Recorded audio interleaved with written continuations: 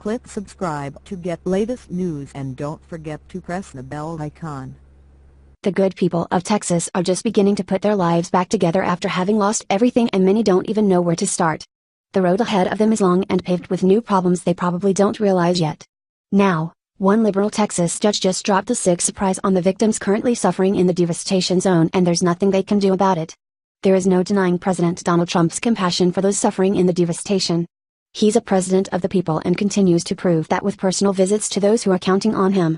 Unlike Barack Obama, he didn't disappoint when he recently showed up in Houston, but soon after he left, U.S. District Judge Orlando Garcia stabbed Trump in the back. With the overwhelming mess that the state of Texas has on their hands, the federal judge decided to make it far worse. It seemed as if he saw an opportunity in the distraction and took it, which has rightfully enraged Trump, who has done wonders in the area.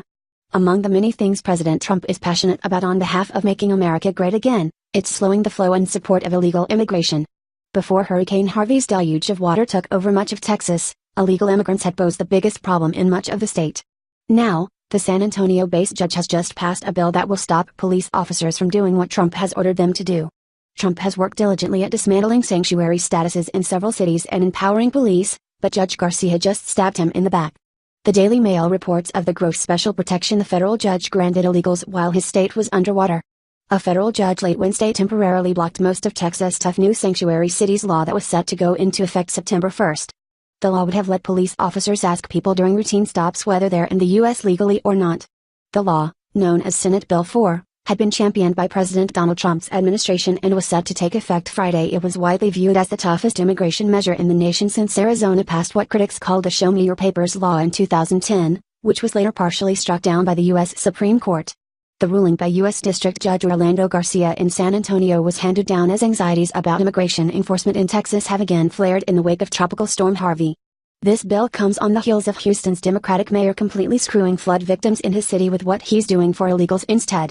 Mayor Turner kept countless citizens in harm's way by urging Houstonians under his care to not seek shelter outside of the city in anticipation of the storm. In addition to this directive, he promised an extra layer of protection for illegals, and no doubt expense for taxpayers, should law enforcement discover illegals in need of help. Apparently, while the majority of his city is underwater, while other states and even other countries are sending help to the citizens, he's worried about the illegals who reside there. If illegal aliens have proved anything, it's that they're willing to do just about anything to benefit their own hide, regardless of the laws. Now, with these protections in place and in the aftermath of the disaster, the concern for officials in Texas still seems to be on illegals and making sure that first and foremost they are taken care of over legal citizens. Texas Republican Governor Greg Abbott, who signed his bill into law in May, is prepared to fight the judge who blocked it by immediately appealing his decision on it.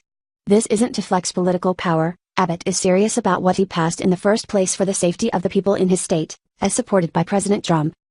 Abbott also again took a swipe at the elected Democratic sheriff of Travis County, Sally Hernandez, who had announced on the day of Trump's inauguration that her Austin jails would no longer automatically honor all detainer requests made by U.S. Immigration and Customs Enforcement, Mail Online reported. Today's decision makes Texas communities less safe. Because of this ruling, gang members and dangerous criminals, like those who have been released by the Travis County Sheriff, will be set free to prey upon our communities, Abbott said in a statement. Both the mayor and the judge knowingly took advantage of the devastation to push their political and block a contentious bill they had been adamantly against since May. Illegals in Houston never had anything to fear from the good people of Texas during the rescues and evacuations and are now safe in knowing that a cop is being blocked from doing their job and asking a legitimate question.